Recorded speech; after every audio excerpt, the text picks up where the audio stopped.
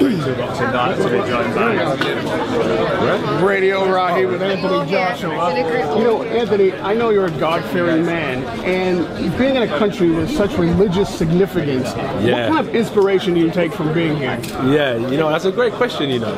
For some people, they're atheists, innit, so they will understand what I'm trying to say here, but I was brought up in a religious home, innit, so for me personally, bro, being amongst like the prayerful people, right? Honestly, like until you come here, you'll see that people are prayerful. So in the gym, they've got an area like it's open, but it's good to see the brotherhood. And there was a night where I couldn't sleep, and probably like 4 in the morning. And this happens sometimes when training, you're under pressure. The speakers play, I think, verses from the Quran, or it's like a call to prayer. And so I get out of my bed and I'm like, you know, let me start praying. And since I've been here, I've prayed like every day, bro. Every day, like it's definitely helped me become closer to God. Whether you're a believer or not, whether you're someone who meditates, but it's definitely helped me mentally become closer to my spiritual self as well. You have experience that people don't really know. In the fact that you've been unified champion, you've seen what Ruiz went through, having the spotlight thrust on him. It's been almost a year since Usyk's been champion. With all the spotlight and all the things happening in his life, what are the pitfalls of rising so high in the spotlight so quickly? The fast pace, like it's weird because like now in this lifestyle, you know, okay, you want to get likes, you want to be known. But I don't think, to be fair, let me start. Usyk ain't that type of person anyway, I don't think. You know what I'm trying to say? We don't know. We don't know in private. What do they say? Instagram versus reality. That's right. Yeah, so in reality I don't know what he's like, but through like his socials he seems like a subtle guy, so I don't think he'll get trapped in those trappings of success.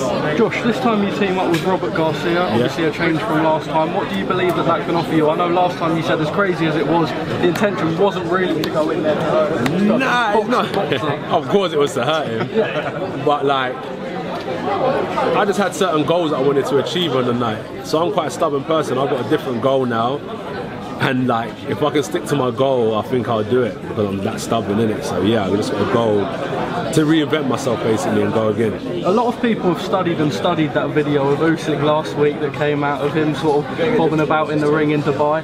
Obviously we can't take too much from it, but it's the same with the workouts. People will study anything in the lead up to the fight. Do you expect Usyk to come in heavier for this fight? And if you do, how will you adapt on the night? So for me personally, I can't explain like why he's done it.